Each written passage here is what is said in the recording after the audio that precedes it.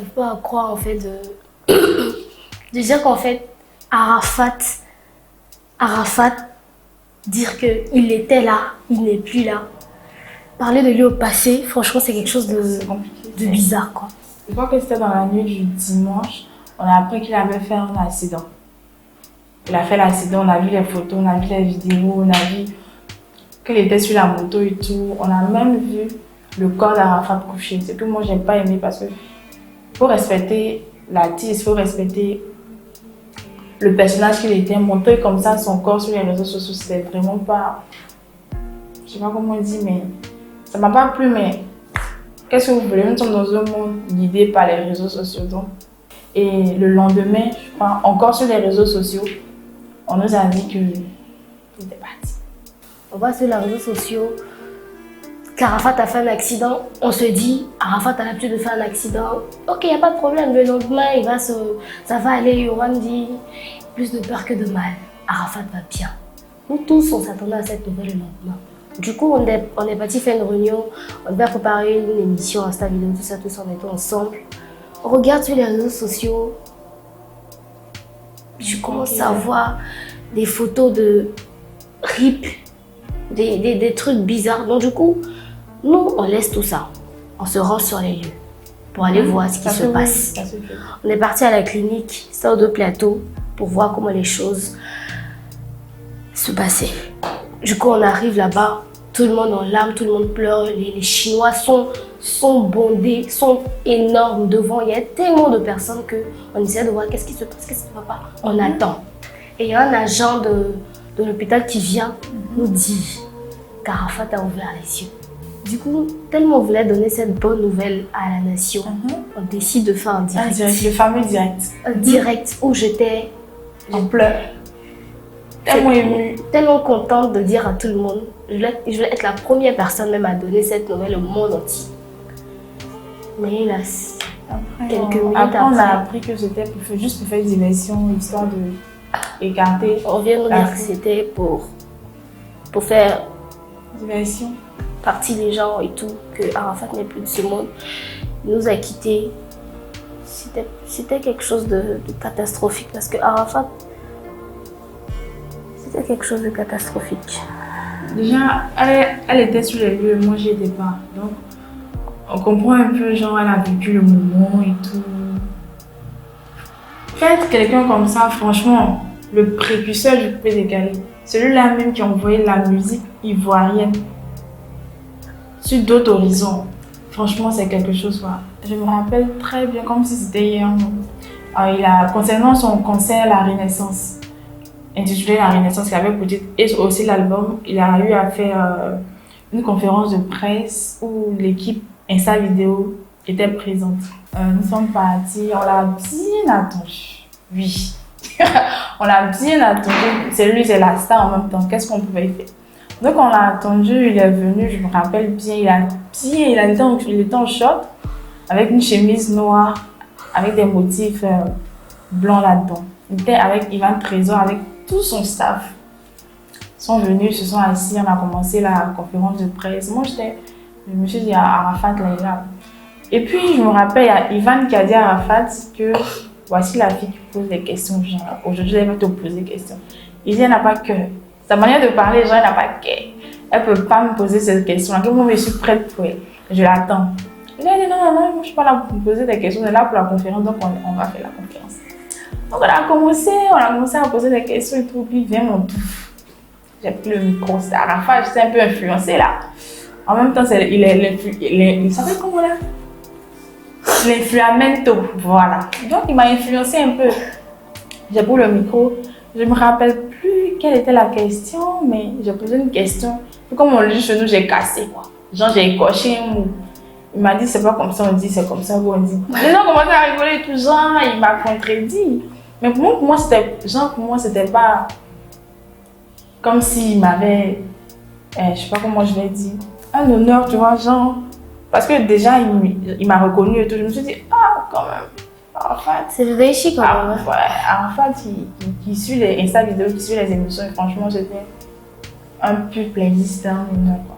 Bizarrement, j'ai pas encore eu l'occasion de pouvoir être avec Arafat de pair en train de parler, échanger comme ça. J'ai pas encore eu l'occasion.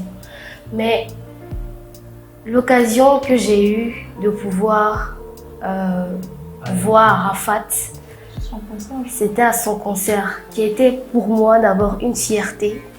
De dire, il n'était pas d'abord obligé de nous dire que Insta vidéo, vous êtes une équipe, et nanana. Désolée, c'est un titre pour moi, nanana.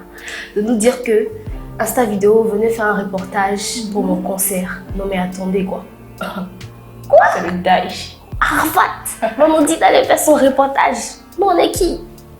Non mais c'était quelque chose d'énorme. Nous sommes partis avec fierté. On a fait aussi un reportage digne de ce nom, qu'il a aimé. Il a même snappé, où il faisait des commentaires, il a mis sur son Snapchat. Quand j'entends cette voix qui dit ah ouais, Insta vidéo, Insta vidéo, Insta vidéo. Et le comble de tout ça, il nous dit que Insta vidéo fait une proposition comme quoi viens dans Insta food, tout ça, tout ça. On l'avait programmé en fait dans ce mois. On devait le prendre dans ce mois parce qu'il était un tout petit peu chargé avec son base, avec le moto tour. Donc il était tellement chargé qu'on n'a pas pu le prendre. Et il a dit on va le faire dans ce mois. Donc on a préparé l'affiche, tout le monde est prêt. Dès qu'il dit c'était on attendait juste son OK enfin OK pour tourner. Donc les abonnés aussi disent mais prenez le daishi. On dit on va prendre le daishi. On fait l'affiche, tout le monde est prêt. Quand je mets même l'affiche en statut sur toutes mes plateformes et tout, vous allez prendre daishi? Bah ouais, on prend le daishi. Et après, toi tu viens nous dire en fait, comme elle sait. En fait, j'étais tellement contente à l'idée de prendre que. En fait, pour moi, c'était John Yale, en fait. John Yale, qui était pour moi. En fait, c'était Beyoncé en même temps. Tu vois. C'était mon icône à moi. Ce que moi, je retiens de lui, c'était un vrai bosseur. Arafat, c'était un bosseur. C'est un bosseur, c'était un bosseur. Voilà, il a révolutionné le poupée décalé à sa manière. C'est le gars qui peut te faire sortir 4 titres chaque mois. Grâce à lui, franchement, il n'y avait pas la monotonie, ça bougeait. À chaque moment, tant qu'il a le temps, il prépare un tube. Il enchaîne. C'est un vrai bosseur. Et c'est quelqu'un aussi, il faut dire, qui a eu une enfance vraiment difficile. Il s'est battu, il a travaillé, il est arrivé là où il est aujourd'hui grâce à ses efforts, grâce à son travail. Et c'était vraiment un exemple pour beaucoup de jeunes. Il y en a qui disent que voilà, il était ceci, il était cela, mais on ne retiendra pas ça en fait. On retiendra la personne qu'il était. Et pour ceux qui l'ont vraiment connu, ceux qui le côtoyaient, quand on prend des témoignages et tout, on se rend compte que c'était quelqu'un de vraiment humain. C'était quelqu'un d'humain et en même temps, c'était un grand enfant. C'était un grand enfant, on pouvait le voir, on peut toujours le voir à travers ses vidéos, il faisait rire. Il a fait une vidéo, même il était en robe, il dit, il s'appelle Tati à moi. Alors franchement, c'était quelqu'un de formidable, quoi. Et je peux dire qu'Arafat a apporté un plus à notre évolution sur le web. En fait, ça a été déjà le premier artiste à nous confier un événement. Attends, Arafat qui te confie un événement, genre, viens, je vous associe à l'événement, venez, j'allais faire des reports. Non, mais c'est toujours quelque chose d'énorme. Jusqu'au jour d'aujourd'hui, on ne réalise pas. Genre, on fait les premières d'un événement, d'un maître, en fait, d'Arafat. C'était quelque chose d'énorme. Ça a été celui-là même qui a vraiment cru en nous. Ça a été le premier artiste à nous avoir donné notre chance. Il y avait à chaque fois qu'il avait un petit truc, il nous appelait, il nous faisait confiance. À chaque fois, il demandait qu'on vienne. Et tout. Et c'est pas quelque chose à négliger, en fait. C'est pas quelque chose à négliger.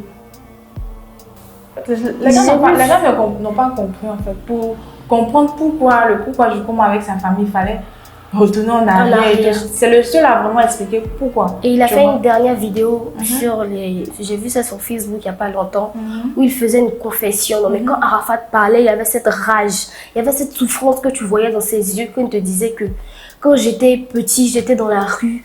Je ne sais pas si je dois parler du comportement de sa maman ou bien de je ne sais quoi d'autre. Désolée. Mais quand il te parle de son enfance, de comment est-ce qu'il a vécu et qu'il est arrivé jusque-là, Mais c'est pour ça qu'il était un mentor pour tous ces jeunes-là. Les jeunes de la rue, les jeunes qui se battaient. C'est pour ça qu'il était un mentor. Ça fatigue parce que les gens ont tendance à le blâmer en fait. Comme quoi c'était quelqu'un de méchant, c'était quelqu'un qui était, tu vois, ce genre de truc. C'était quelqu'un qui voulait apporter un plus en fait. Je sais pas. Il avait cette personnalité désolé, pardonnez. Il avait cette personnalité qu'il voulait donner en fait, parce que chaque personne vient avec ce qu'il est. Arafat était vrai dans tout ce qu'il faisait, il faut le dire. Il était vrai dans tout ce qu'il faisait. Chacun veut paraître parfait aux yeux de tout le monde. Arafat était vrai dans tout ce qu'il faisait. C'est-à-dire le comportement que tu as dans la vie, au niveau, c'est quand tu es avec ta camarade, tu aimes beaucoup l'insulter, la clasher. C'est comme ça qu'il faisait aussi aux yeux de tout le monde. C'est la seule famille qu'il adorait tant, qu'il aimait beaucoup exprimer. C'était ses fans. C'est dans cette optique qu'il a créé le mot la Chine en fait. La Chine, vous êtes ma famille. Il disait qu'il était boycotté. Il n'y a pas très longtemps, il a dit que, si je me rappelle bien, lors de ses affiches, pendant qu'il cherchait à poster ses affiches pour le moto tout, on retirait ses affiches. Oui. Il n'avait pas la possibilité. Même quand les gars, ses fans ou je sais pas, partaient dans les coins de distribution des tickets et tout, même quand il y avait des tickets, on disait qu'il n'y a plus de tickets. Il n'y a plus de tickets. Il était vraiment boycotté. Ça l'a vraiment touché en fait. Ce que j'aimerais dire à la Chine, c'est de rester toujours solidaire, comme vous l'êtes et que vous l'avez toujours été pour Didier. Il vous aime énormément, il comptait sur vous, il a toujours compté sur vous, vous êtes son espoir. Et ayez toujours cette joie de vivre que vous avez quand il était là. Il n'est plus là, ayez toujours cette joie de vivre. Car de là-haut, il aimerait vous voir toujours content, toujours heureux. C'est son souhait et c'est ce que j'aimerais dire. À la famille, mes condoléances et à Carmen aussi. Nous, on va la porter en prière et on prie que tout puisse bien se passer à la fin de ces obsèques. Un mot à la famille déjà, c'est mes condoléances. Il y a quoi comme on le dit chez nous et on va dire que ça va aller quoi. Je pense qu'avec le temps, je ne sais pas si on pourra faire le deuil, mais avec le temps et tout, ça va passer. Concernant la Chine, c'est vrai que vous avez perdu un mentor, c'est vrai que vous avez perdu quelqu'un qui vous soutenait, mais vous voyez, quand il était présent, la joie qu'il vous donnait et tout, gardez cette joie-là en vous. Toujours. Pensez pas qu'il n'est pas là en fait. Dites-vous que voilà, de là-haut où il est, il va sur. Il va toujours à sa manière vous donner de la force, même si bon, je vais dire, si vous manquez, vous n'avez pas écouté ces sons, vous allez voir, vous serez dans la joie. Si vous voulez danser, je sais pas, soyez toujours en joie parce que. C'est pourquoi on dit un artiste ne meurt pas. Voilà, il ne meurt pas, il est là, il est parmi nous, il veille sur nous quoi. Donnons le disque d'or à notre artiste. Il le mérite amplement. Il le mérite. De son vivant, c'était ça sa préoccupation. C'était sa préoccupation. C'est vrai, on va dire, je ne sais pas concentré sur le disque d'or, après il a fait sortir d'autres sons, mais c'était ça sa priorité. Donc, comme on dit, ce qu'on n'a pas pu lui donner de son vivant, il faudrait qu'on lui donne ça de sa mort. C'est pas bien grave. Si je peux laisser un mot concernant tout le parcours d'Arafat, tout ce qu'il a dû endurer, tout c'est incompris. Parce que l'artiste était vraiment, vraiment, vraiment incompris. Très triste, mais il était incompris. Vraiment. On ne le comprenait pas.